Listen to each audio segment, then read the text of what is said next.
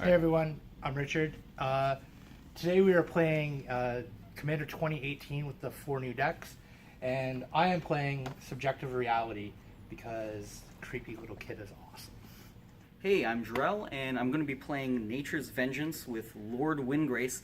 It is land matters. They kind of matter. It's decent, but really the main goal, Jund 'em out. Jund 'em. Hey, I'm Yuval, and today I'm playing Adaptive Enchantment, and God, she looks really scary. She has like a whole bunch of masks, and she's gonna flip you up.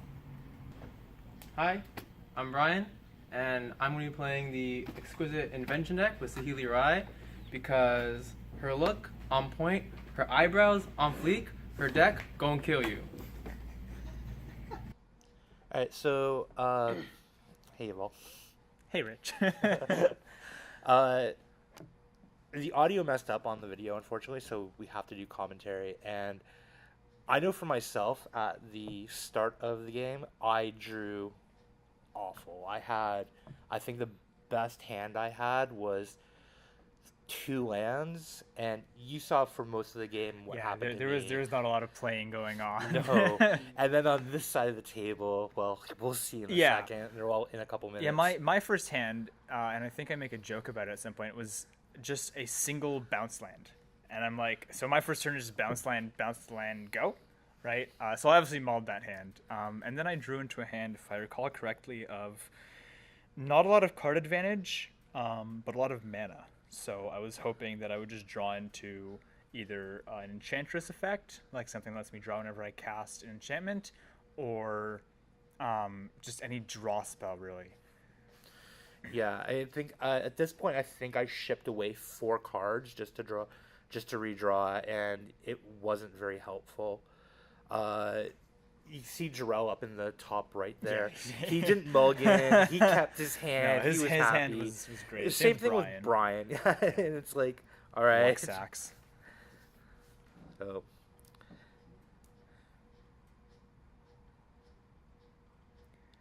Incredibly boring to watch me shuffle. Yeah. Yeah, we're all just kind of like talking about the commanders now, trying to figure out what's. Well, I think in this who's point against of the who. video was when we were speaking about the intros of the video. Like we were talking about, hey guys, welcome to Harry Tarantula's Commander 2018 video. Yeah. Yeah. And it's like it's safe to say that like even then when we're looking at our commanders and that, I think when I was reading them, I was, as much as I loved my commander, I know full well that I was not going to win this game by any stretch of the means, because the other 3 commanders just simply outpower you in tempo and mana, and that's really hard to beat when really your best ability is to like technically flash back what should be a Snapcaster Mage and keep repeating that cycle to get your instances just come back. And it was all right. I mean, again, in Commander, it's not a format that I play regularly, so I think I just chose my favorite commander just in general, and I know it made everybody else like, oh my god, I want to play this. But I think everybody was happy with their decisions. I know you kind of were. I was very happy with my decision. I think Estrid is very powerful. Actually, when I initially saw these decks, I was thinking to myself, I actually want to build Estrid. Like I'm like, I want to make a Bant Enchantress deck. Here we're showing our commanders off. So you've got the Aminatu. Aminatu is probably my favorite out of the cycle. And the mysterious third voice is the voice of Bo, another employee here at Harry Tarantula. Hi, Bo. So I think the game's about to start. Very exciting. It's only been like 5 minutes. I know, right? 5 minutes of mulliganing. Sounds about right for Commander. Yeah, it does sound about right for Commander. It's still such a great format, though. I'm surprised, like the game seemed longer than what it was. It's because these are precons, right? Yeah. So a lot of the times when I used to play Commander a lot, I would be playing with these high power decks that, the table either manages to disrupt you collectively and then you lose by turn 5, or you manage to win by turn 5 because there's not enough disruption, right? And I think with this format, it's a much more this is like the spirit of Commander, right? This is what people that play Commander play it for. They play for these drawn out games where it's just people hanging out having some fun, right? And I think that's a large part of why people who play competitive Magic don't understand it.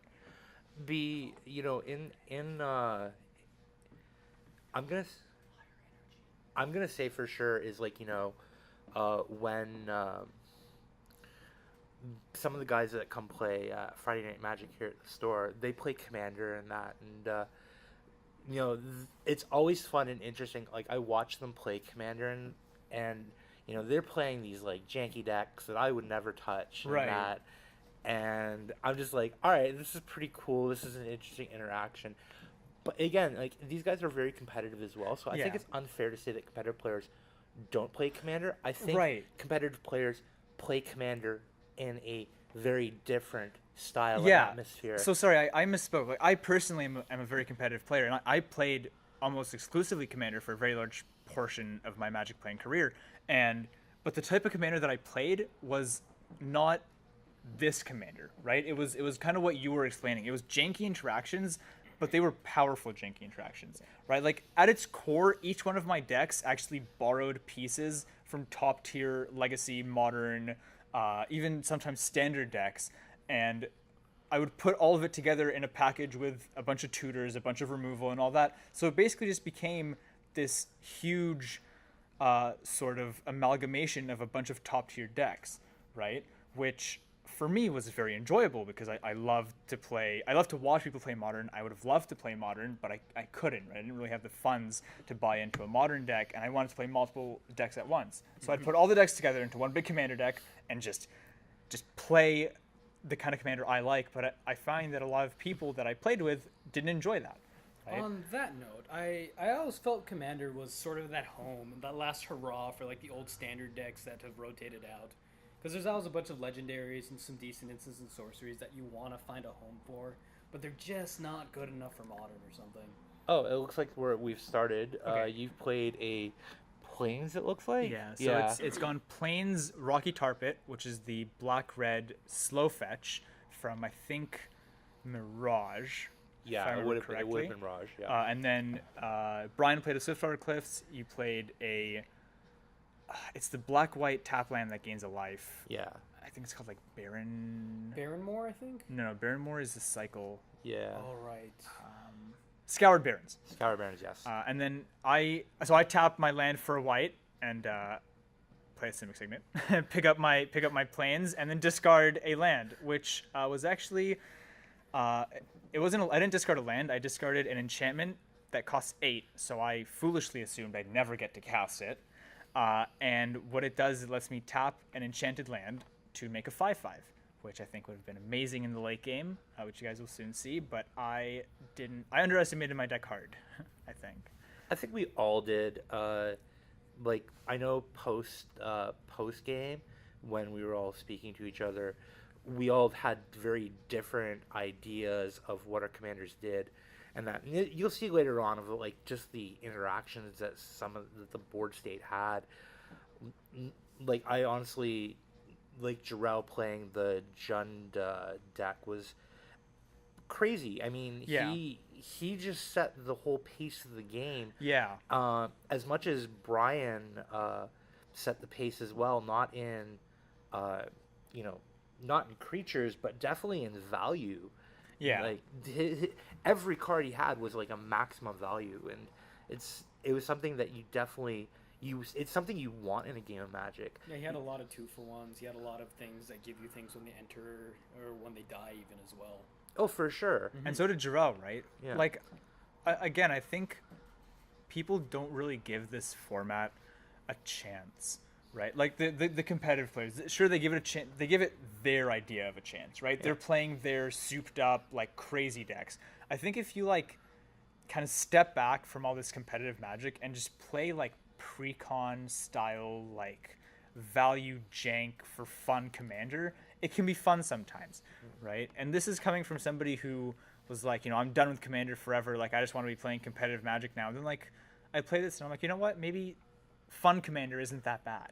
Well, I think it's the idea of bringing back like the old school theme decks. Like I'm gonna make a commander deck that's just a bunch of cool angels, or I'm gonna make a commander deck that's just a bunch of cool demons. Yeah. Exactly. Oh, for sure. I mean, like I think about when I was first introduced to Commander, back in like 2009, or maybe even 2010. One of the first decks I built was a Child of Alara deck, Oh. and Exploding Baby. so Exploding Baby had like Achromas and like Progenitus and So this all. was just like it a was it was big, like, it was sweet big- 5-color stuff. 5-color stuff, That's awesome. Wrath, Armageddon, and everything Oh. like that. And the guys I was playing with was they weren't competitive players. They weren't coming to the city every Friday night to play competitive Magic where Right. I was. So I always enjoyed at least back then the fun of EDH. And as I played it more and more, it got less interesting for me because the decks became more well tuned. There's always Yeah. this every deck starts with the same like 20 cards. Yeah, And for the competitive ones. yeah, and then you're gonna go in different directions based on your commander, etc. With the precons, that kind of changes. Even though Wizards has used the same Yeah, formula. they all have like a core, right? They all have Soul Ring. They all have normally they all have one land that plays with the commander, and apart from that, it's just kind of like an unrelenting value fest. But like, it's a fun unrelenting value fest, right? Like, they all honestly felt different to me. Yeah. Right. Like here, I played the Scry 2 artifact, and I had already played the Scry 1. Land. Land, That's right. The and- one that triggers whenever. Yeah, because Jorel had the most at some point, and even then, scrying 3 cards, I was drawing nothing. Yeah. I think it was like turn. I think that was just like bad luck on your part, though, right? Oh, yeah, You were I- just getting terrible luck. So I played my commander here, I think, and then I think I plussed her to untap a land. Yeah, I mean, you did that for sure because you had already played the Yeah. enchantment to. I think it was the one that you basically tapping for 3. Yeah. Yeah. So I think after this, I also put another land on. I put another enchantment on another land so I could keep untapping. Eventually, I had, I think it was Overgrowth and a Fertile Ground. Now, if we look at Brian's here down in the bottom left, he already has Saheeli out. Yeah, and he got her. He got her out early, and I think he was the first one to actually get her out. Yeah. Once that was happening, and that the game just quickly gets away from all of us, where we're all playing more proactively, or not proactively, but Defensively, I more think. defensively. Because he was like the big threat, right? Like we were all kind of scared of him. I don't think I was scared of him per se until he landed the Leviathan on us later on in this turn, in the following turn, I believe it is. And it was just like, okay, you get a 7/11 shroud for Oh, that's right, Inkmoth Leviathan. yeah, Inkmoth. Like there Or- is like I don't know. Inkwell. Inkwell Leviathan, yes. He just goes in and he's just like, all right, I'm gonna play this like Island Walk, Trample, Shroud, 7/11. Yeah. I can only hit one other player with the Island Walk ability, but I can force all of you to play defensively. Yeah, And- 7-11 with the Shroud is Like- no joke. No, there's a reason why that card, even though it's a janky card, is played in like some of the top tier vintage lists. Yeah. It's like it's a great cube card. It's a great cube card. It's a valuable target to work with, especially when you're putting. Thopter Foundry. Yes. Yeah, Okay, the this oh. was big. This was a big deal. Yeah. So he basically just played 5 1/1s for 1 that are wrath resistant, right? Because unless we kill this turn, which We as you'll don't. soon see we don't, he brings it back to his hand, makes 5 1/1s, Yeah. and now he just has that card in his hand. He can replay it after a wrath and make 5 more. Yeah. Right? So this is kind of where he starts to snowball out of control, and you're still kind of doing nothing because you're just not really hitting land drops. Like you're getting really unlucky, right? Yeah, this is. I think at this point, I think I just sacrificed something to draw a card. Yeah. I don't remember what it was, but I was just like, all right, please just give me something. Give me lands, right? Yeah, I was really hoping for lands, and I think at some point I did hit 6 lands, but that was it. Yeah, Like, that was also like pretty late into the game, right? Yeah. So basically, I dirtle like Yeah. entirely, and just take a bunch of beats.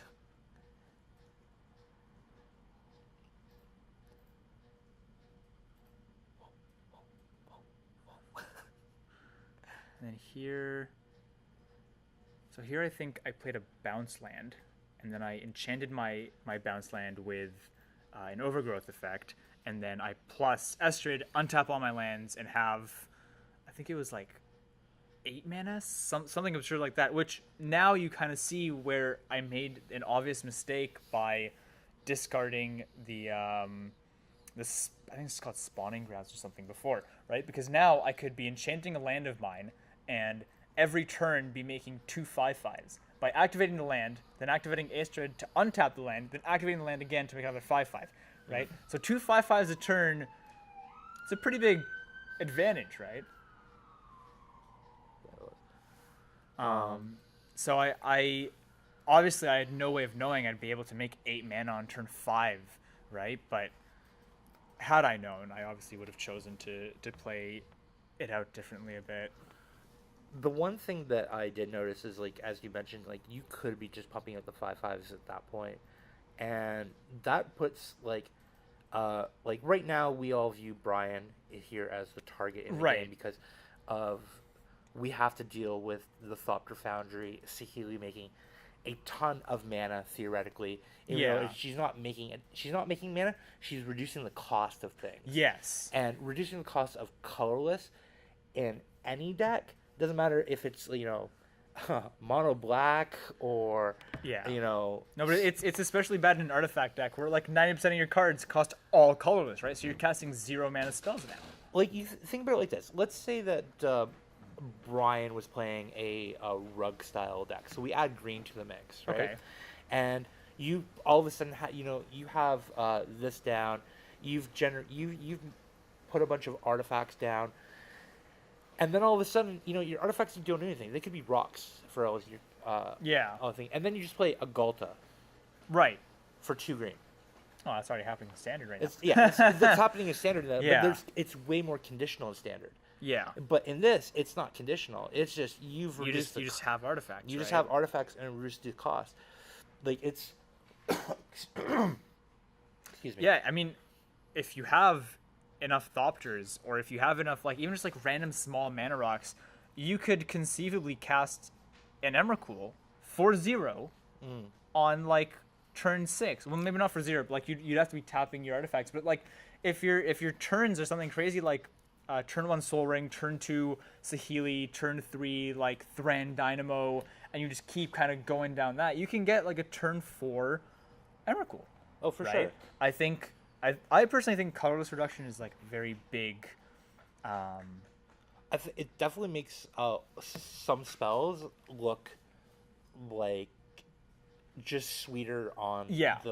like, think it's running blue. You could have 3 islands and a mountain and like a bunch of like mana rocks plus Saheeli, and then just play on an Omniscience.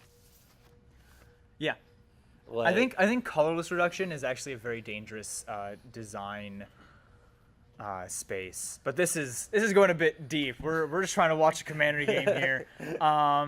Whose turn is it? I think it's Jorel's turn. I think he just did something to find a bunch more lands. I believe we're actually back on Brian's turn now. Yeah, we're on Oh, Brian's. okay. There's Jorel's the just Inkwell. shuffling. Yeah. Okay. Yeah, so he must have activated Saheeli, played his Inkwell for 2 blue. Yeah, 1, 2, 3, 4, 5, 6. What is it? There's 8, So- 9. He reduced Yeah. it by 9. So and Paid it cost 2 7 blue. and 2 blue, like, to begin with, right? So it Yeah. was just a double blue Inkwell if I did. And I think here he actually made a mistake, and we all pointed it out after. But he accidentally made 6 Thopters when he should have only made 5. Yeah. Ultimately, it didn't make a big difference for the No, game, but I think if I recall correctly, the board is Wrath in like just a turn or two. a turn or yeah. second. Then when it hits back to Jorel, we don't have to worry much about the Inkwell.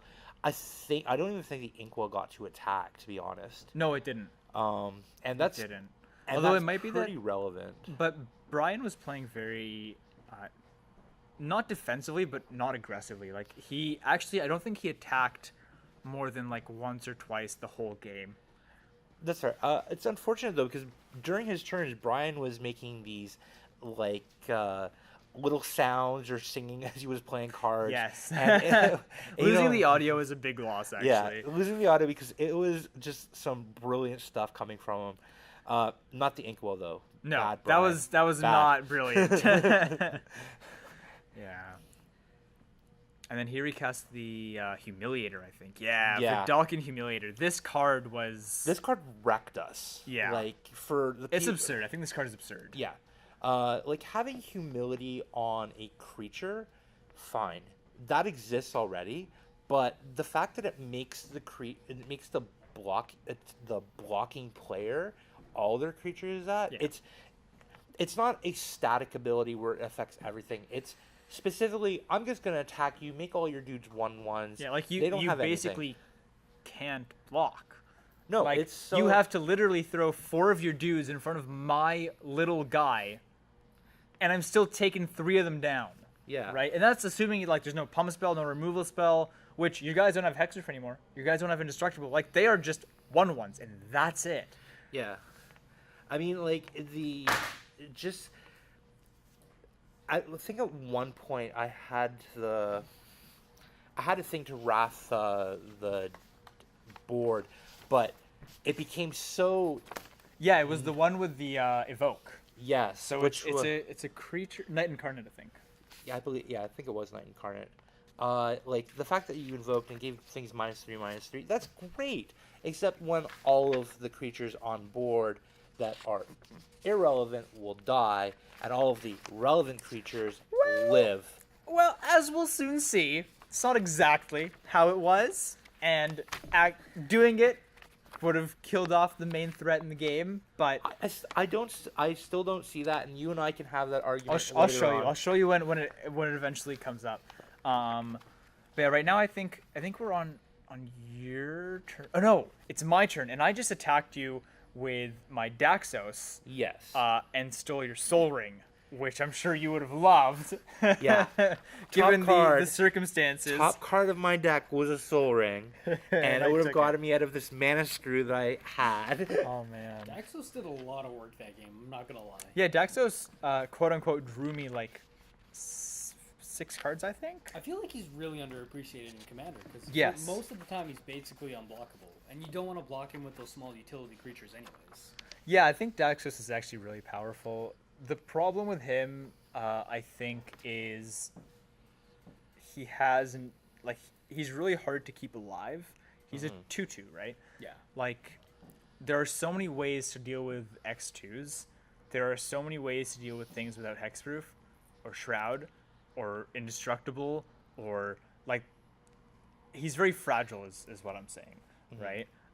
He dies to Bolt. He dies to Bolt, right? And that's like, it's more of a modern test because Bolt isn't a very widely played Commander card, but he dies to Doomblade. He dies to every removal spell under the sun, basically. Yeah. Right? Except for Sunlands, which I love. Card's great. So it's actually funny is I remember in Theros Standard in that my own brother, he built a deck with Draxos, and Okay. I looked at him and I was like, why are you building this? You gain 0 value Yeah. out of it because the format doesn't support it. And his argument was he's It's just sweet. a good card. Yeah. You never know what you're going to hit. Yeah. And, I completely understand that. And, my brother is a Timmy. He's not a Spike like me. Right. So we're always going to have different opinions on decks.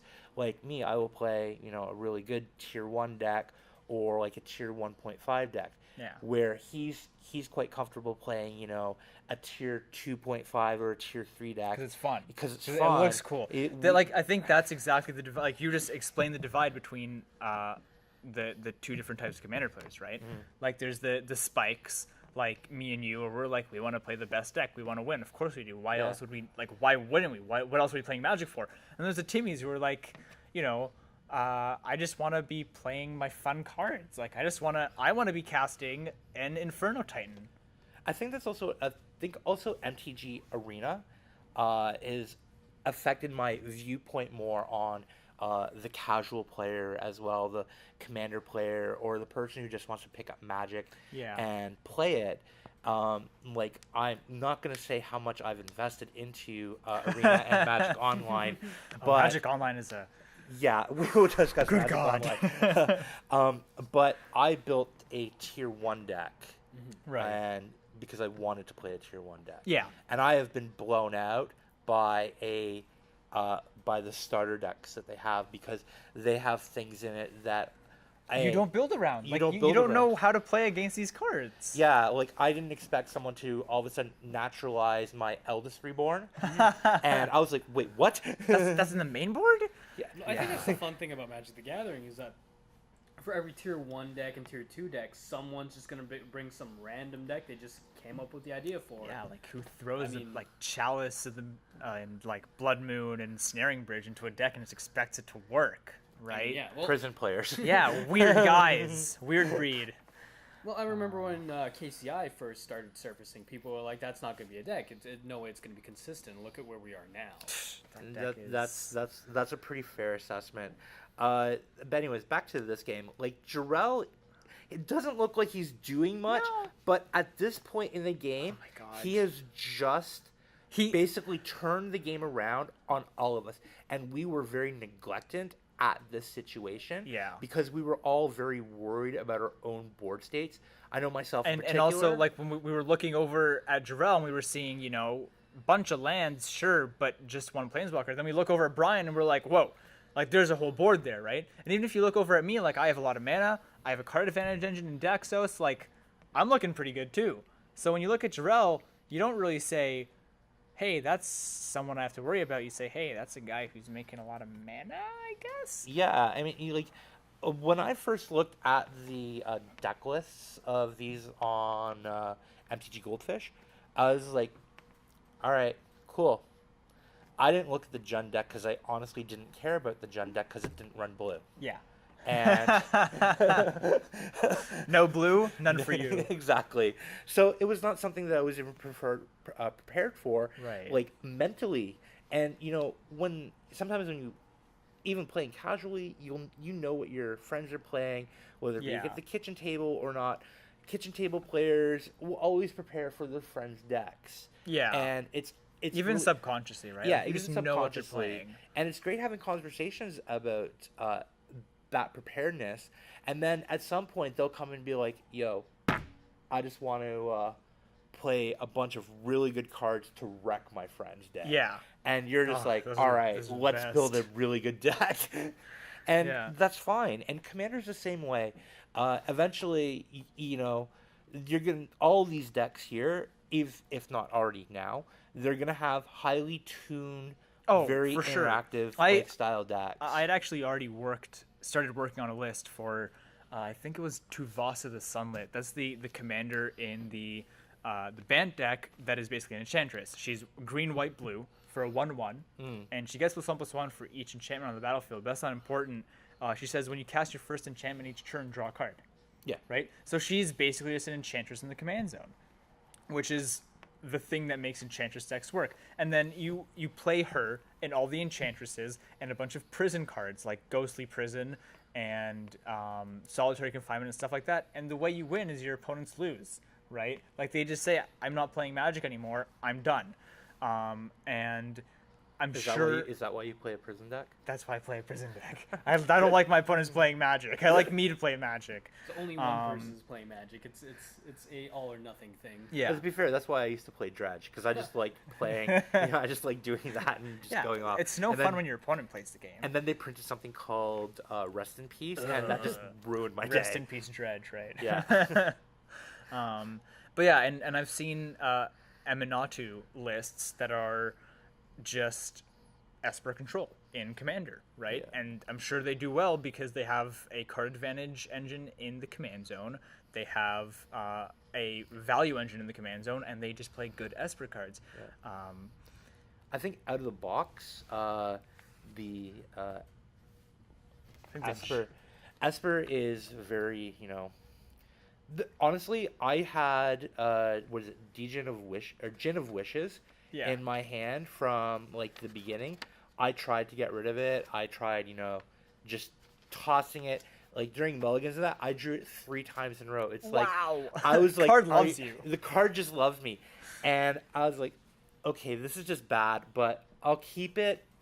I'm sure I'll get double blue, and I never saw double Oh my blue. God. And Yeah. if anything, I would just blown the wishes on getting more land. Anyways. Yeah. Yeah, I think a bit of a problem sometimes with these decks is like mana issues. And that's, I think, one of the very few downsides that I actually had with this specific printing of Commander. The Commander 2016 had a land base. It was a dream, right? Like the C16 land base was amazing. The C17 land base was terrible, and same with this year's. I think that's, again, one of my few issues with these decks. Yeah, I mean, like the decks definitely have some problems out of the box, and that's fine. I mean, they're not meant to be highly tuned. They're meant to crack open and play immediately. Yeah, and just that's- have fun. And that's fantastic. And that's our Monday nights are literally filled with Yeah. players playing. Which is like, and having fun, right? Yeah, and then there's us who come in and be like, let's Like, draft. hey kids, let's play some real Magic, right? But Well, this is real Magic. This is real Magic. Right? This is Magic at That its core. Yeah, I think this is Magic. This is actually Magic as Richard Garfield intended, right? Definitely for sure. I think Commander is one of those things where it becomes visionary, not because of Richard Garfield, but because of Richard Garfield's idea. Yeah, His idea was that you would go to some place, to another town, bring your Magic deck, and you would just play other people, and you'd see cards that you've never seen before, and yeah. that would just happen. And, And that's for Commander. a while, it did happen. In fact, there's a video that recently popped up Is from it the alpha playtesters? no, it wasn't the Alpha I watched that Playtesters. one. It was with Brian David Marshall and The first GP. it wasn't a GP. Magic convention. The first Magic convention. and Yes. it was win Oh, a that was set of awesome. antiquities, and And it was you're- single elim all the way to the top. It was exactly single So limb cool. all the way to the top, Those and GPs there was were this like that. guy. It actually was the finalist, and Oh, the he dude got the mad du- about the dude his go- opponent net decking his deck. and net decking wasn't a thing then either. Yeah. But apparently he had played the opponent at another store or at his home store, and he's like, he copied my deck, and he was really upset about it. And because back then, as BDM mentions, Magic decks were personal back then. Yeah. Yeah, I they didn't can really have archetypes and stuff. No, back then. I can literally remember my very first Magic deck card for card.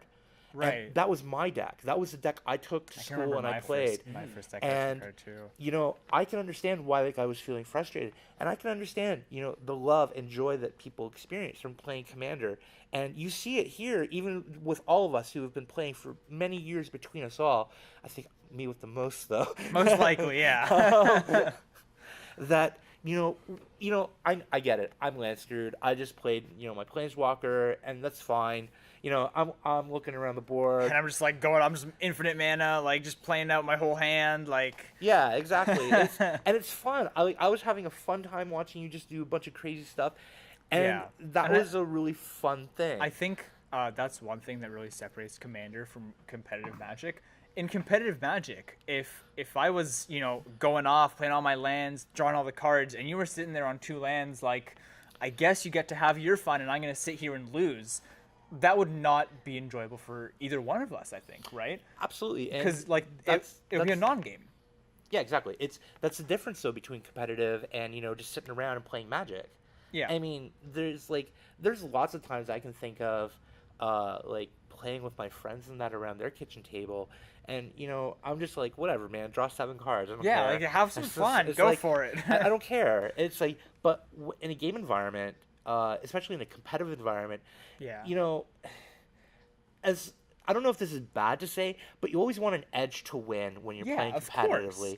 I'm not gonna lie. Every time I see my opponent go land, go draw, go, I say, "Wow! Oh, like yes, thank you, God! Like this is my day, right?" But like I feel like in casual games, that's just something you actually don't want to happen to your opponents. So you actively want your opponents to be playing the game. You really want to just have a lot of fun. Yeah. Right? I mean, if we look back at the board state here, you notice that Brian is still have this Thopter Foundry BS that we have to deal with. That Doctor Foundry stuck around for a while. Yeah, I think he bounced it 3 times. Yeah. And at one point it was just like, all right, but And one of them was after a Wrath too. Like he got Wrath, and he's like Thopter Foundry, and we're like, oh yeah, he still has that card. At yeah, one point, we did run out of Thopter tokens. I don't doubt it. I think his max was like 16, if I Yeah. recall correctly. Yeah. I mean, it was. And actually, I don't think we pointed it out, but he did end up attacking with the Inkwell, and it was at me. Oh, was it? Okay. Because my Estrid was getting out of control with the amount of mana I was getting. Gotcha. Okay. Which is ironic, because his commander was also making him 8 mana every turn. So, yeah, mine was making colored mana. I think there was I forget which turn it is, but he made something like, or he reduced the cost of total like 32. Yeah, And I mean, obviously it doesn't matter because there's no card that costs that much mana. But Well, I'm X-Spells. I'm pretty sure guess. this the is biggest. this is the point I think where I turned to the bow and it was just like, you got to edit this out because I'm going to say something right now. yeah, yeah, no, it's. Oh, and here I think here is where Jorel starts turning around the game for himself, right? Yeah. So he just plussed Lord Windgrace, discarded a land, and drew 2 cards, Yeah. right? Which by itself is already crazy, right? Like you're drawing 2 cards for discarding a dead card, and he already has so many lands on the battlefield. Yeah, I think when we did the count, it was at 11. Yeah. Like 1, 2, 3, 4, 5, 6, 7, 8, 9, 10, 11, 12. He's at 12 Yeah. right now. And so every land that he was drawing after that is netting +2 in like card draw. Exactly. Like we can't beat that. He's drawing 3 cards a turn. He has minimum 12 mana, assuming he doesn't. One of those 3 cards he drew isn't another land that he can just play. Yeah. If he wants to, he can -2 Lord Wind, or -3, I think, Lord Windgrace to bring back 2 lands from his graveyard to the battlefield. Like letting Lord Windgrace sit around and just do his thing for so long was 100% a mistake on our part, because it, I think, is the best commander in a vacuum. It by itself will win the game. Yeah. Right? Eminatu by herself, you'll draw cards, right? You'll maybe make a mana because you're flickering a land. Yeah. Saheeli by herself will make a bunch of 1/1s. Yep. And Estrid by herself will do literal nothing. Like, if you just have her, no library, no graveyard, you lose, right? Whereas Lord Windgrace, if he gets to his ultimate, he gets a bunch of dudes, he gets to blow up all your stuff. Just by plussing, he's drawing you cards. And when he minuses, he makes you more mana to cast the stuff you drew from plussing. Yeah. So, I think people are very clouded in how they see the Jund deck because it has not a lot of value in it. People were mad when Wizards said lands mattered and we got ramp mattered. But the deck is 100% one of the stronger ones, in my opinion. I think the thing about the Lord Windgrace deck is that right away it seemed like, oh, this deck's not doing a lot. But over time, he just got so much value over the course of the game that he was so far ahead. Yeah, I definitely agree with that statement there. Like, just looking at the list, you can see how much he crippled us just based on the Wrath, the removal, and the disruption. Right, Savage Twister. It Oh my was god, like- I forgot about that guy. Yeah, I mean, it cast was it, too. actually just pretty nutty. And, the deck plays 43 lands. The last time my I heard of a God. deck playing 43 lands, it was the actual deck called 43 lands. That was And a deck. yeah, It's just called Lands and it was- Legacy now. It's just called, it's just called lands now, but like back in 2008 anywhere between 2008 to 10, when SCG was like really taking off on the legacy scene, 43 lands was one of those decks, and it's just like Lands is still a terrible deck that is round, and I hate it very much. But That's that's a story for another day. Okay, unban Punishing Fire, please, In Modern, in Modern, so we can control things like oh god, KCI. no. Or No, unban that wouldn't Twin. do anything for KCI. That would help KCI. KCI plays Groves. KCI would just sideboard 4 punching fighters and just wreck people. They'd be like, Oh, yeah, it does- you it does yeah, play Groves, You yeah. have creatures Oh, to God. put the pressure on me? No, you don't. Nah, your creatures are dead, buddy. And you're like, oh, okay, Okay, go. never mind. Don't unban Punishing Fire. Unban Twin. Yeah, yes. Twin. Unban Twin. Unban I'm Twin. down for that. Actually, what is it? The ban and restricted list announcement is in a couple, basically Hours. 9 hours from Yeah. now. Boy. And Oh, I'm excited for that one. like I'm Unban Deathray Shaman? Oh God, no. No, man. In all formats. Just screw Magic. no, they can't. They definitely cannot unban Deathrite Shaman God, after no. banning it like that, God, unless it's no. become like an obvious thing that. I don't think so. But there hasn't been any major legacy events to really test the waters of justifying unbanning I mean, Deathrite other Shaman. than the literal Pro Tour. Yeah, but that was a team And event. there's Eternal Weekend. Japan happened this weekend, I think. No, this weekend was Providence and So Los Angeles. It was last weekend then. It that may there have was, been, There yeah. was Eternal Weekend Japan. There's been some big legacy tournaments, but I don't think unbanning Deathrite Shaman is the right move right now, at least. No, I think legacy is in a pretty healthy place. yeah, think. because lands is bad right now. Even though it's a good deck, it's a land. It's banned. Yeah. It's bad to play against, is what it is. Yes, I hate that deck very much. For the sake of continuity, this audio recording is being recorded on Sunday, August 19th, 2018.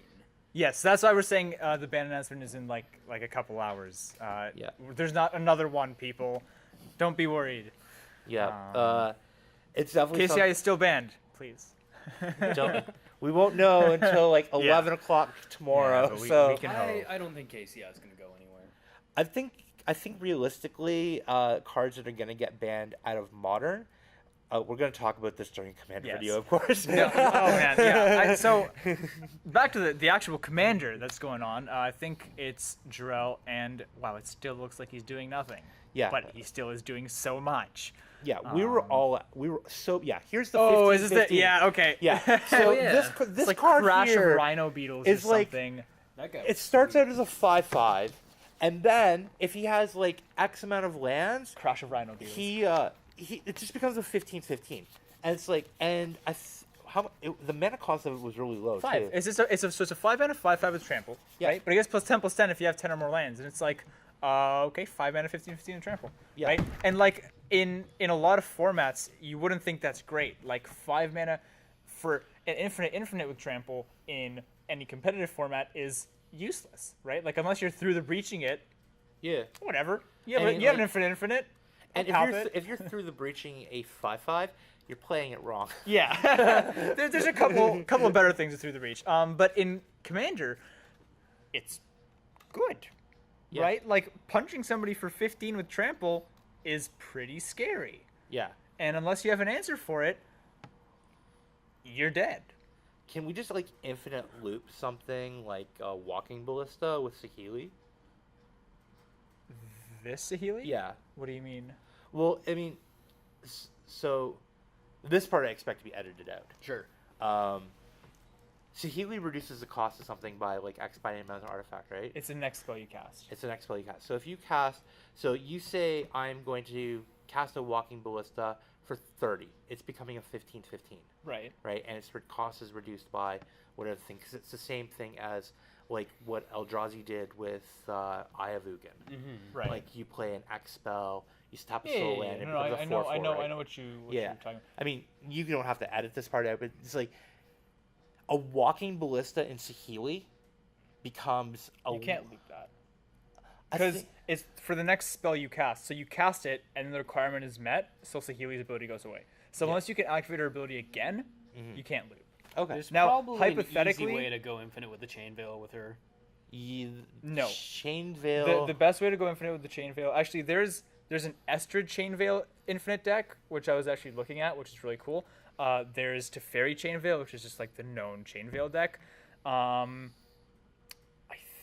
think there was an Aminatu Chain Veil deck that Not surprised. uses her minus.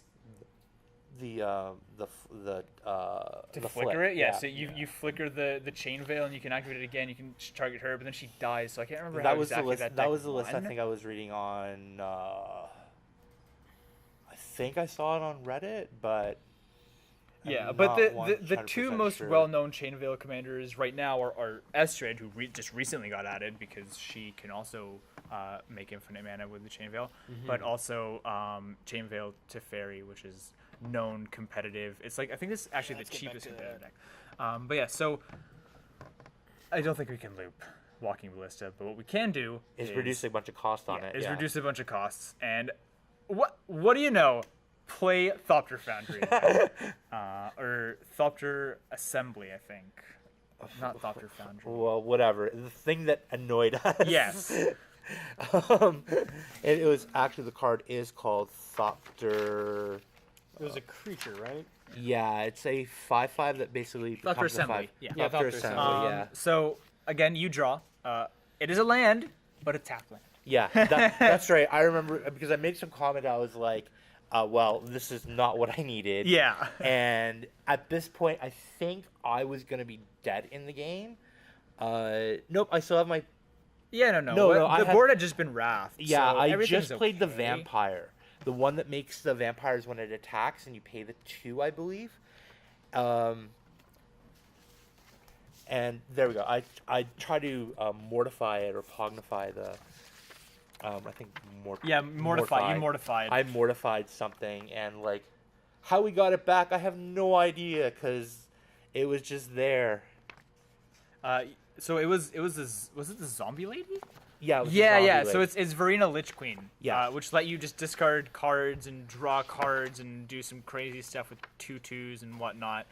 I like it. Like when I read that card when I drew it, I was like, damn, that's a card. Yeah. I'm like that's a value card. Yeah, I've seen people are building like zombie legacy or zombie commander decks with her because she's a zombie. She has zombie synergies. She can make zombies. And she's the first Esper zombie lord. And with Amonkhet, there are a lot of white zombies now. There are, blue yeah. black zombies is like a known thing in Magic. That's like zombies are normally in the blue and black colors, but now there's white ones, so they gave us a commander that can put all of them under the same sort of umbrella, right?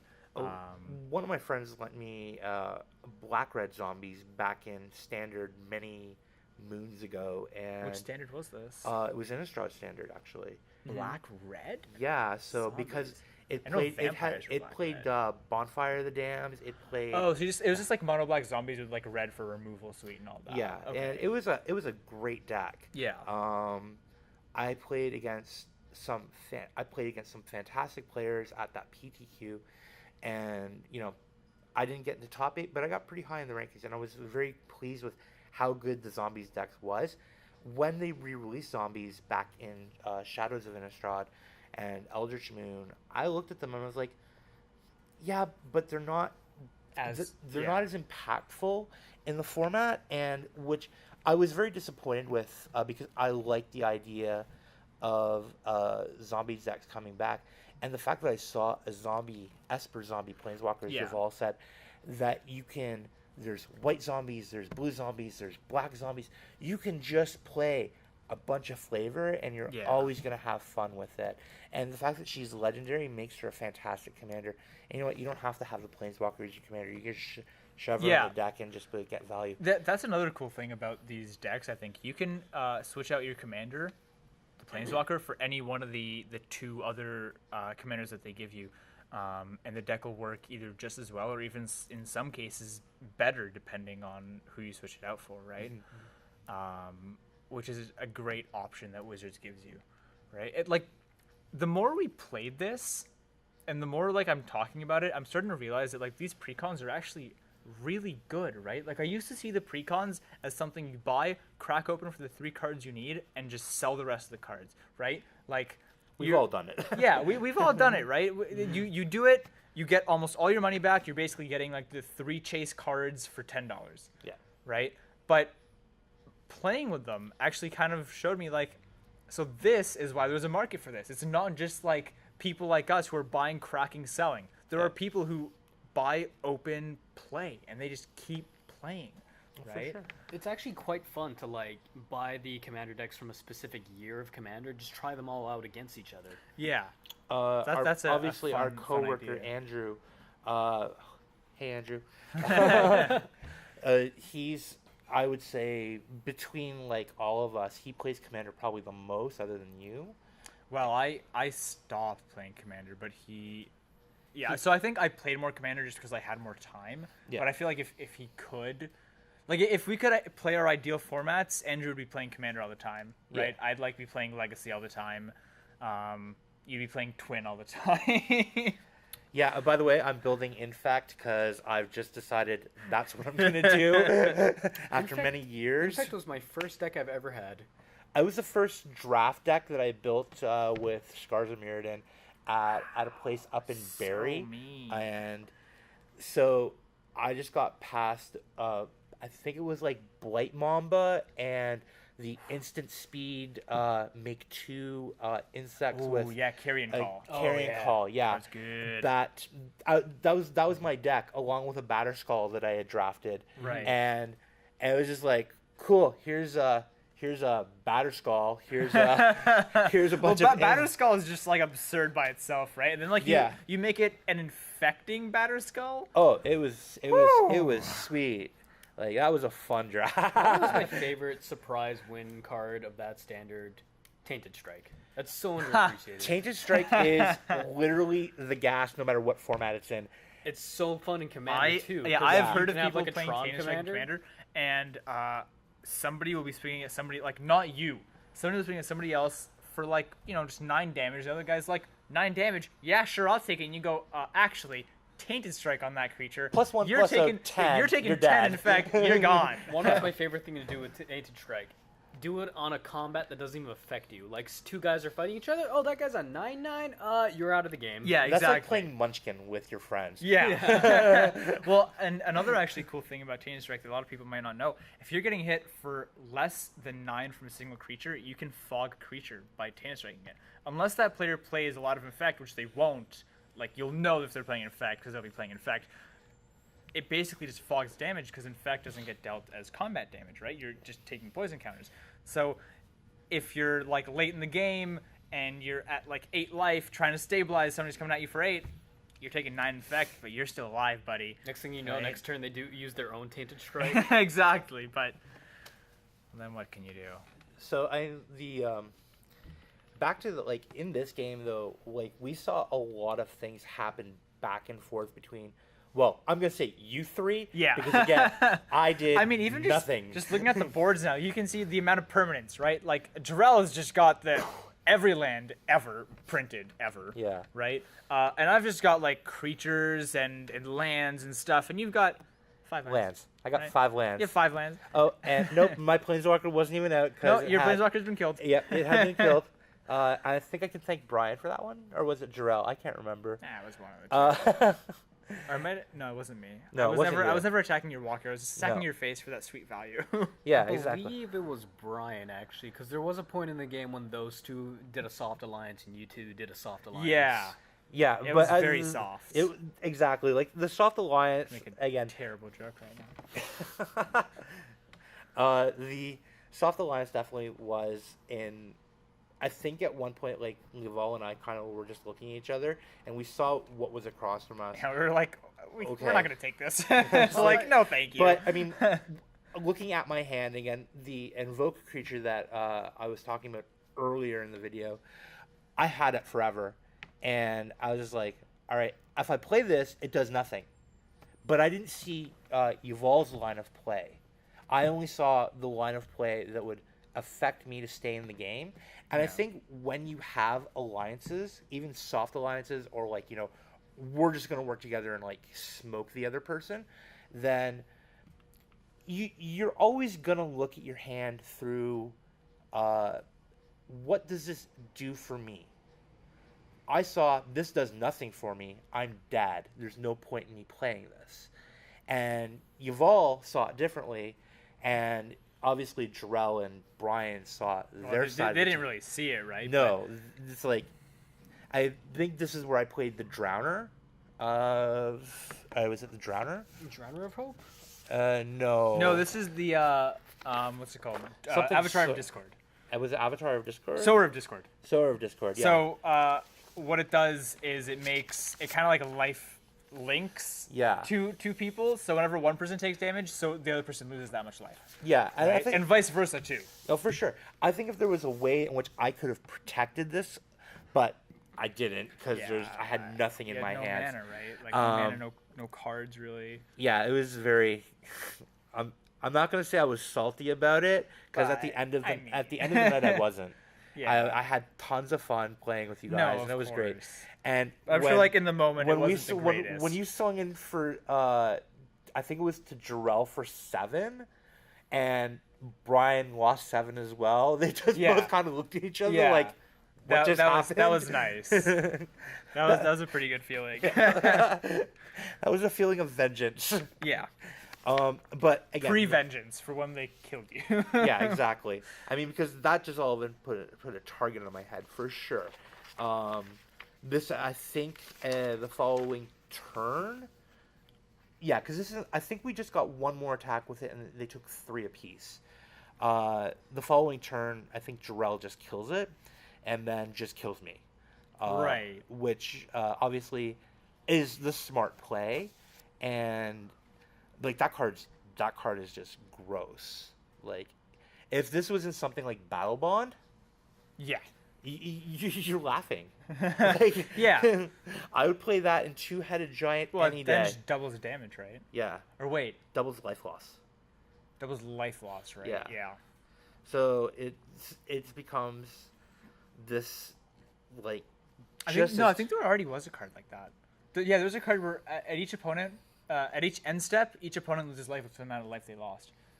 But it only Oh, costs yeah, yeah. 8. This one costs 6, right? Yeah. Which is considerably better than and it's limited. a 6/6 flyer too. Yeah. So I mean that's just a 6/6 Yeah, flyer. I think the crazy thing about Commander is, sorry for cutting you off, there are so many creatures with high value with good bodies too, right? Like, it's not just a good value card, it's also an 8/8. So it's going to punch your face in and draw me cards. And if you look at it through that metric, things like Tarmogoyf are bad. They're bad in They are Commander. so bad. And it's crazy. It goes back to the thing. It's like Tarmogoyf is good in Modern and Legacy. It was Yeah. never good in Standard, and it was never good in Draft. They just Right. weren't played. That's why they were like so cheap back in the day. Yeah, it did nothing in standard, did nothing in draft. No, Like, because it was- maybe it saw some play It's- in extended at the time. It's Yeah. very lightly played in cubes occasionally when you're building, like, when you have a lot of fetches, a lot of removal spells that are both sorceries and instants. A 3/4 for 2 is okay. But you're still never gonna first pick a Tarmogoyf. No, God, No, my friend has a Modern cube, and Tarmogoyf is in it, and It's because it's like one of the top played cards in Modern, right? It's not just because Yeah. it's like, oh, like this is a card I really want to play on my cube. It's like everybody passes it, to be quite honest, because it's just not. It's not, not worth. there. It's not worth the value in cube. the thing. Well, the thing is, in Oh wait, here we go. Jarrell's starting to do stuff. there we go. All right, This so- is where things happen. This is Savage Twister. This So he is the wipes Savage board. Twister. Yeah, he wipes Sorry, the board. He wipes everything but his 15/15. Because Yeah. this is a damage base wipe, right? So it Yeah. just deals damage to everything, and his 15/15 is not dying from 6 measly damage. No, and then there was another creature he had as well. I don't recall what it was.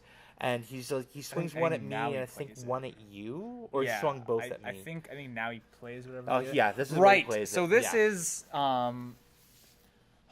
which one is it?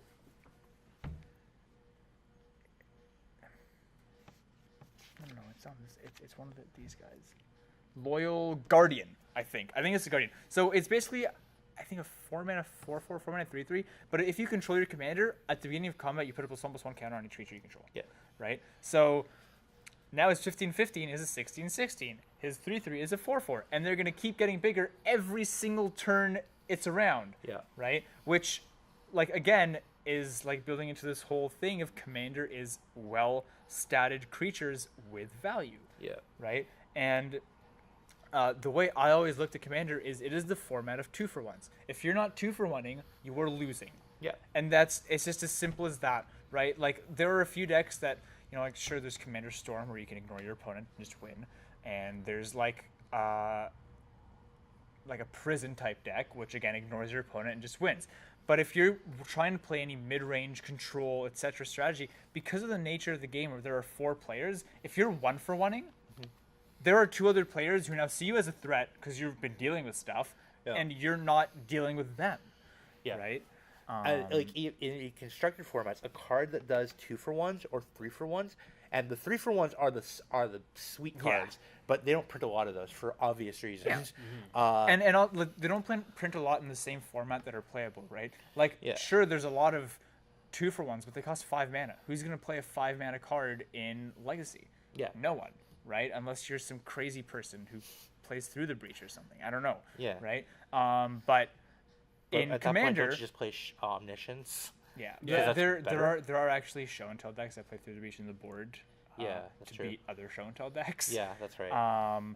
But the in Commander, a 5 mana 2-for-1 is a 2-for-1. Doesn't matter. It costs 5 mana. You're getting a 5 mana on turn 3 sometimes, right? Yeah. Like mana, I think is not important in Commander. When you're looking at a mana cost, I mean, obviously you don't want to be playing all 8 drops. I'll disagree with you. The mana's not important in Commander. Okay, because you're getting mana screwed. Yeah, right. I just hit my 6th. I think I just hit my 6th land a couple turns ago. Yeah. And I'm looking at the board, and I know I'm gonna die.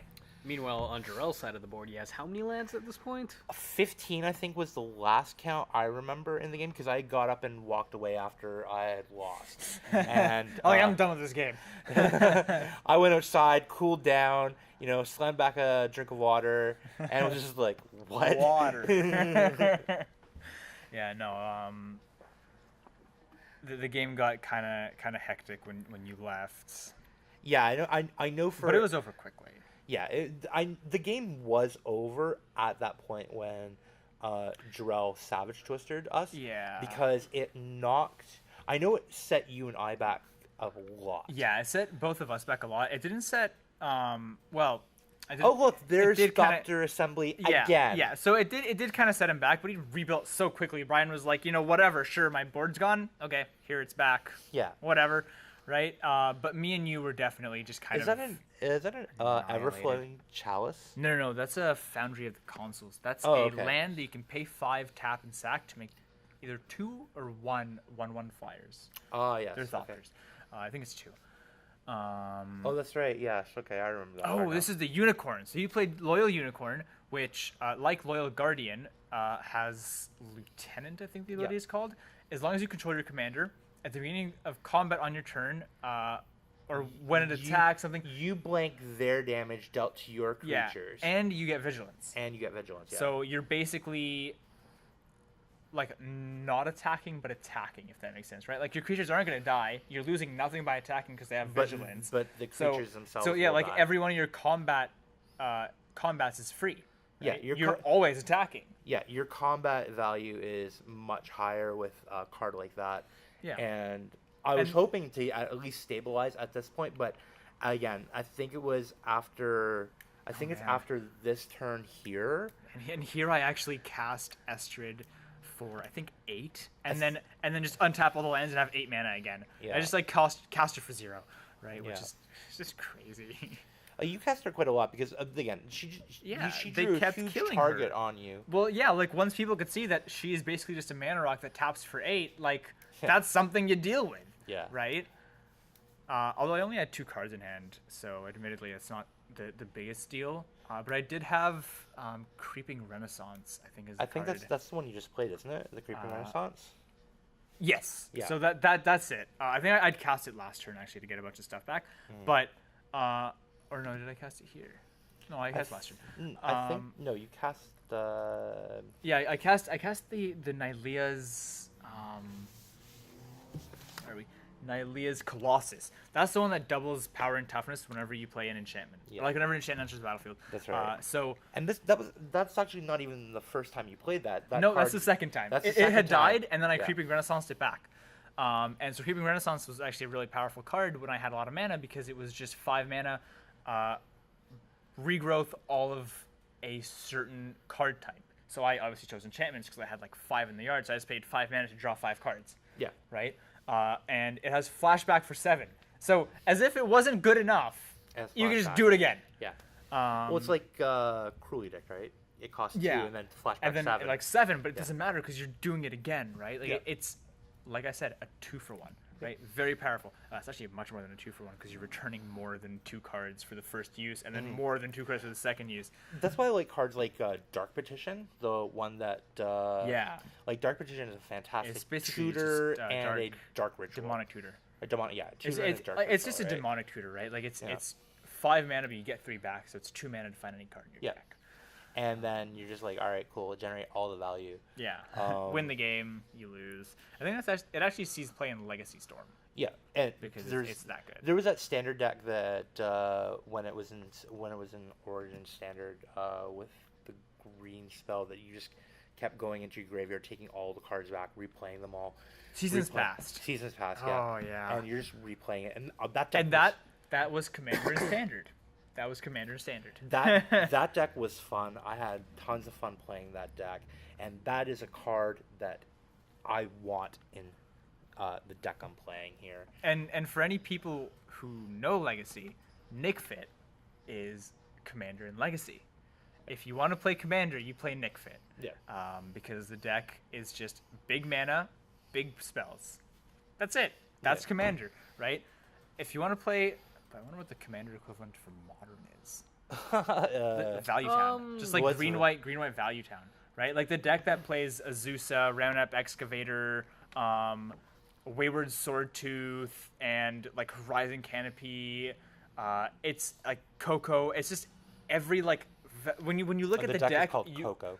no, it's called the Value Town because the core of the deck, like sure, there's Coco decks, right? And they're value, but Yeah. you play Azusa, Roundup Excavator, and Horizon Canopy, and every turn you have 3 1-mana draw cards, Yeah. right? Like, so much value. And then at some point you start strip mining your opponent with Ghost Quarters. But, you know, this is a little off topic. We have Field of Ruin now, though.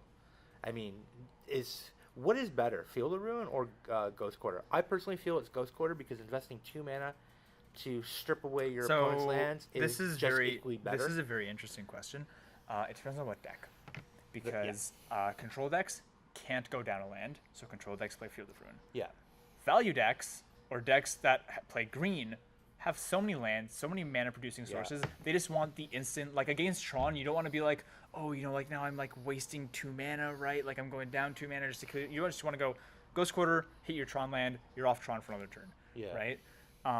So in decks where you need your lands and playing a bit slower is okay. Field of Ruin in decks where you have a lot of mana already, you don't care, Ghost Quarter. So this is where we can look at Jorel's deck. Oh again. yeah, sorry. So And, we just kind of went off topic, and yeah, then of we course. looked back, and everything exploded. Because you and I aren't doing anything on anything. But Jorel, all of a sudden, there's a bunch of tokens. There's a bunch Yeah. of saplings. What is that? A zombie? No, that's not a zombie. That's a worm. So that is the from worm, yes. casting Worm Harvest. Harvest. That's right. Not Worm a fair Harvest. card at all. Yes. And also, I think it was Turn Timber Sower, which says whenever any number of land cards go into your graveyard from anywhere, you make a 0/1. Yeah. And then you can, I think it's either pay 3 or just straight up sacrifice 3 of these 0/1 saplings, bring a land back from your yard to the graveyard. From your yard to the battlefield. Yeah. Right?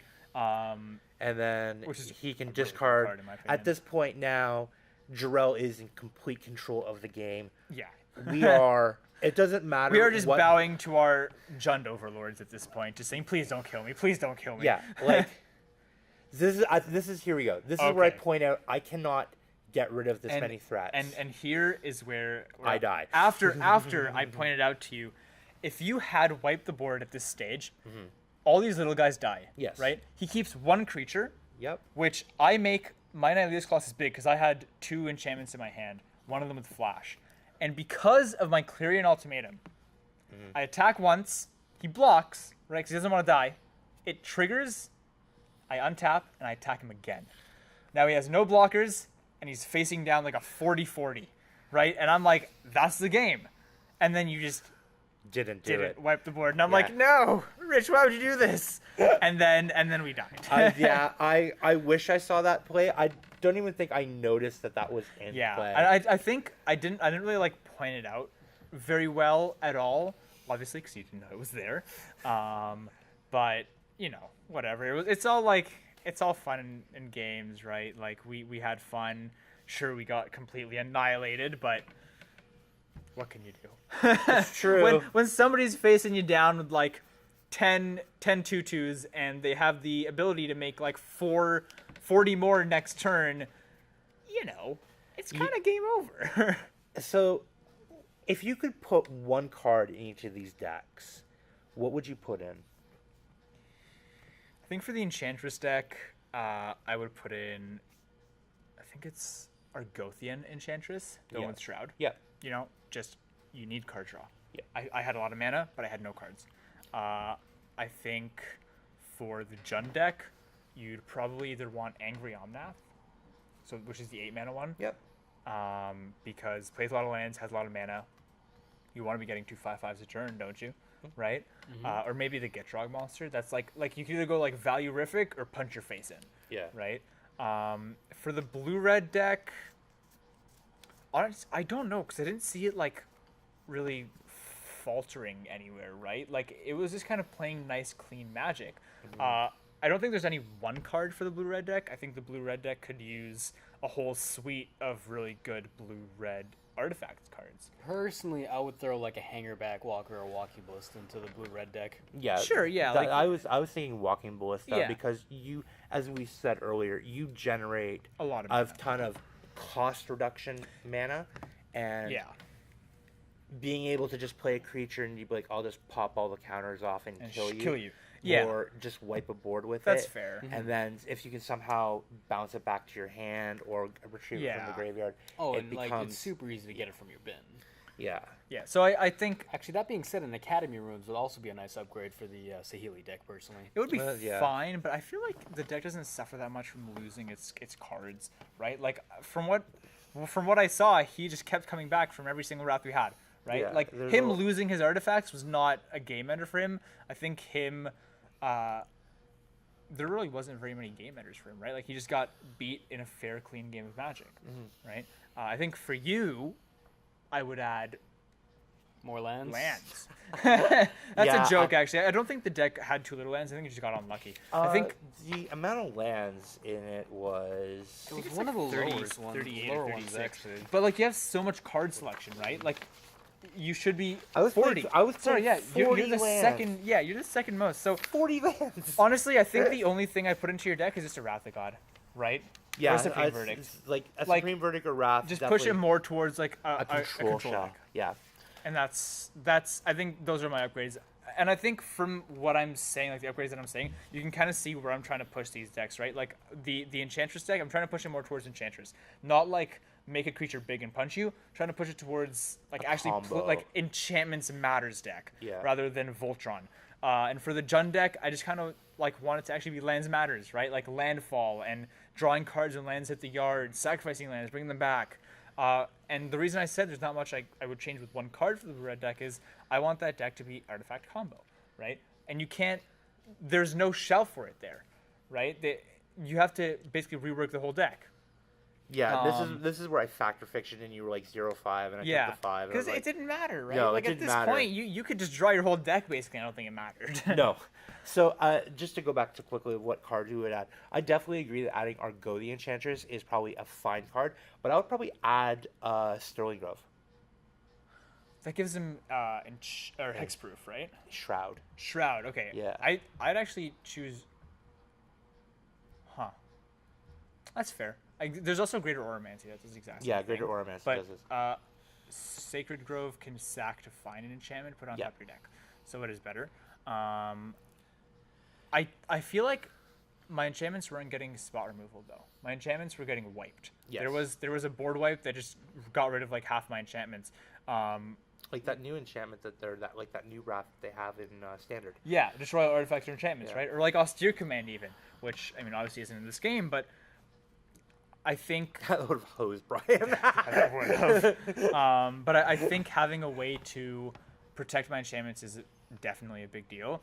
My way of doing that would be saying if you want to cast a spell, you have to pay 10 extra mana, and also the first spell you cast each turn gets countered. Yeah. Right? So that's my way of dealing with it, just building a prison deck. But definitely, I think, I don't know if there is any way to give like all your enchantments indestructible? You can do it with artifacts. I think with Darksteel Forge. Yeah. And Well, the easy- I would add that to Yes. Brian's deck. Yeah, that would be a nice and nice addition. I think. for the Jund deck, because of how it generates tokens and counters on You're everything, packing it out. I would just play probably like Doubling Season or Parallel Lives in there. Actually, that's a good point. I think because Doubling it's, I Season, think Doubling 'cause Season look at all is the a little- counters, right? Yeah, Doubling Season is a little bit better.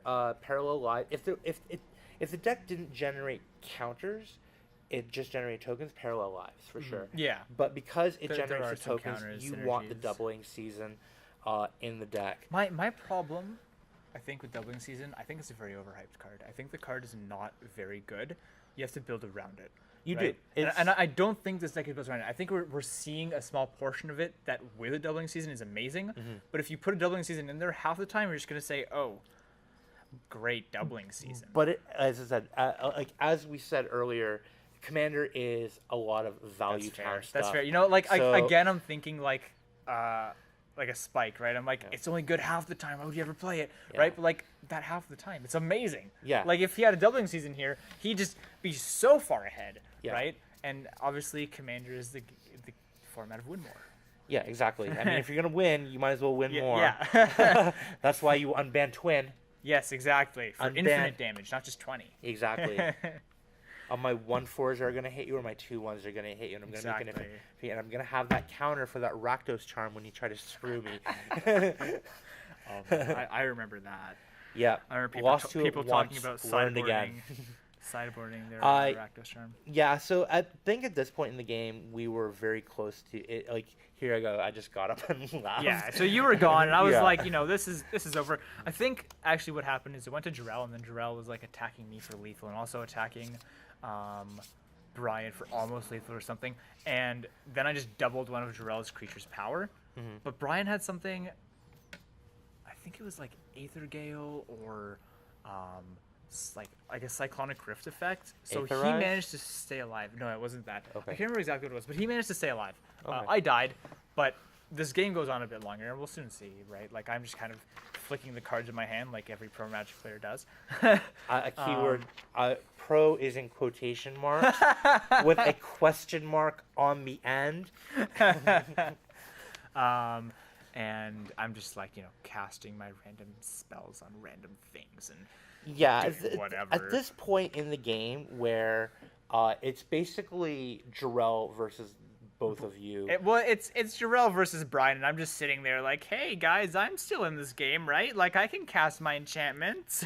I think from watching this, Brian did make a lot of misplays, but he also wasn't drawing well either. Like Yeah. Well, if you look also, sorry, the misplays Brian was making were not attacking. Largely. yes, exactly. I mean, Which he in could- Commander, Well, I feel like that's a think- thing that happens a lot in Commander. Yeah, I like, think- I don't want to attack Make that guy enemies. too early. I don't want to make yeah, enemies. I it's want the everyone to group play. dynamic. That's what it is. That's what's different about Commander for a lot of people. You don't attack, right? You have like a 5/5, and nobody else has any creatures. You don't attack because if you make an enemy, they can come back and just screw you over later in the game. So what you're saying, I should just play a commander deck that has all islands, Yes. with Jace the Mind Sculptor and Brain Geyser. No, because Jason Mind Sculptor, Planeswalkers draw hate in Commander. I know that. There's rules to Commander. You don't ever attack first. You never play a Planeswalker unless you only want to use its 1+ or 1-. Yeah, Um, but it's one. you plus- never kick the player who's down. Yeah. If somebody's down and you can kill them, you don't. You let them live, right? And you just hit somebody else. Yeah. There's a couple of unspoken rules. Like I a couple think. of rules of engagement, really. Yeah, exactly. That's something else we could probably talk about is the rules of engagement in Commander for sure. God, that's Uh, like that's for another day because I do not have the energy for that one. I watched it on last Monday actually. There was a group of 7 playing Commander, and 7, yeah, and they were 7-player all having table. fun, but they weren't doing anything. No. They were having conversations. They were nothing. playing Magic cards, but they weren't actually doing anything. Honestly, sometimes that's what you just need with a commander game. Like, I want to sit down with my friends, play fat creatures that don't do anything. Crack a and cold just, one open with the boys. Yeah, crack But a the Yeah. cold one is precons. Yeah, the cold one is precons, and Commander 2018 is definitely a precon that I underestimated, Yeah. and I feel bad about that because when I sat down and played it, and after post games and talking with everyone, the decks are fun. They're interactive. Yeah. Yeah, I had 40 lands in my deck, and I drew 6. Yeah. Okay? Oh, sorry. This is what he does. He plays some guy that I think can block multiple creatures. So Brian just kind of says like, "Oh, cool, you're attacking me. No, I'm not going to take any damage." I think it's. Is this all the new cards? No, it's not. This is organized weirdly. Ancient Stone Idol. That's the one. What exactly does that do? So he played Ancient Idol.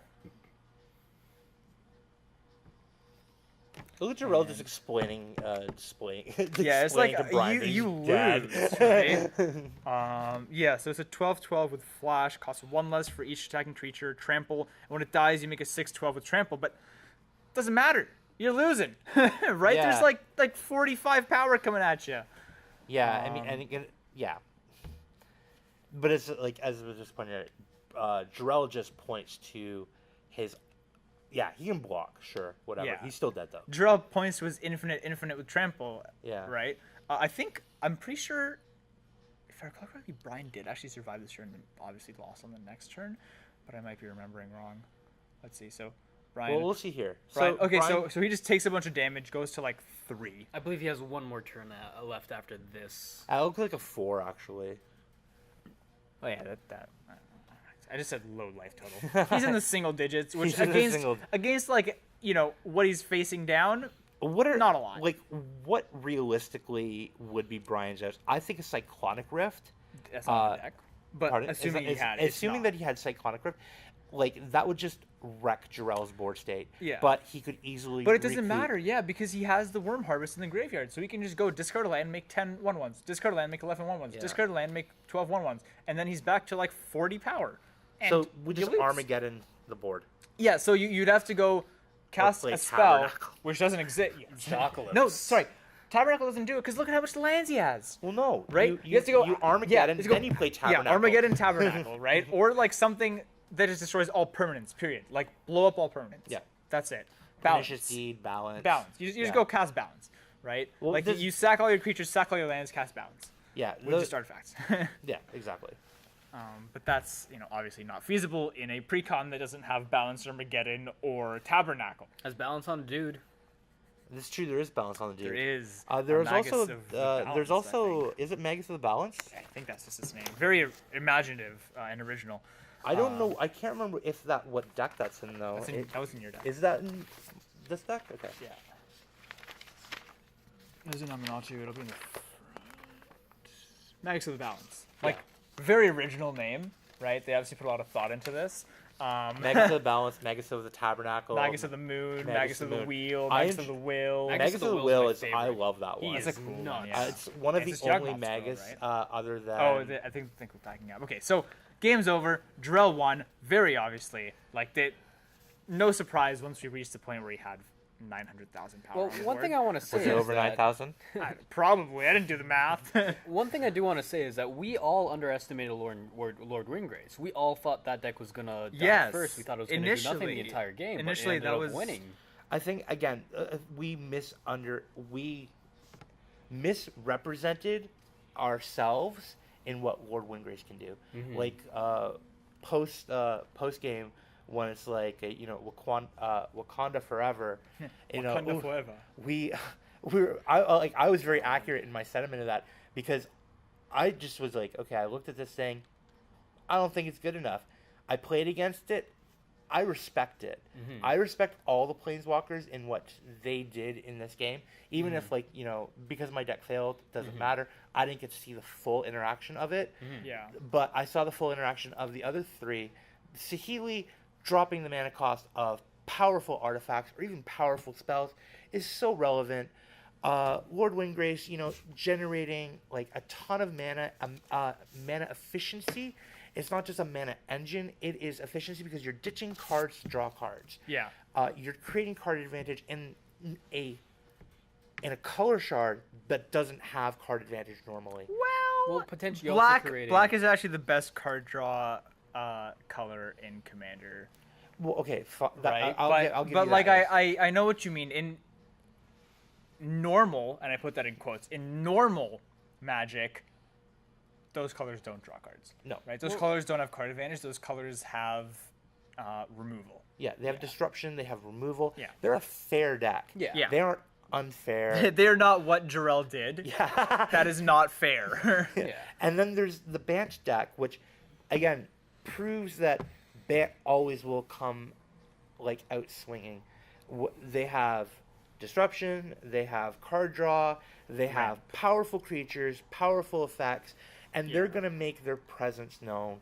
And that's what was great about, playing against these decks. Yeah, no, was for just sure. like, well, I respect these decks more, because I didn't when I went into the game. Yeah. I was like, whatever, I'm playing Esper. Yeah, I'm playing my favorite shard. I bought them, and I was like, you know what? I actually don't want these. I think I'm going to flip these. And then when I played them, I was like, wow, I'm actually kind of regretting that decision, right? Like, I think I should have kept them, opened them, and had some fun, right?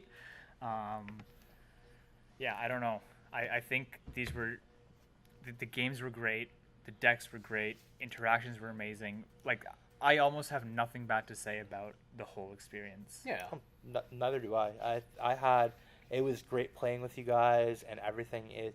Yeah, it's unfortunate that Jorel and Brian couldn't be here tonight to commentate with us.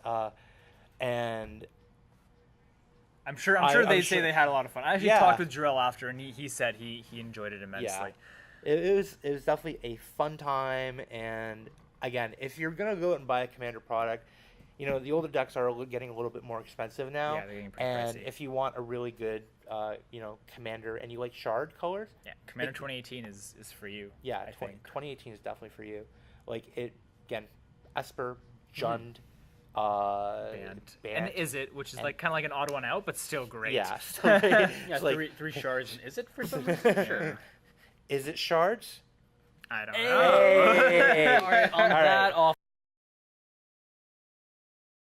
All right, so we just finished our game, and I was playing Subjective Reality, and I'm going to be quite honest. The deck seemed functional if you draw lands.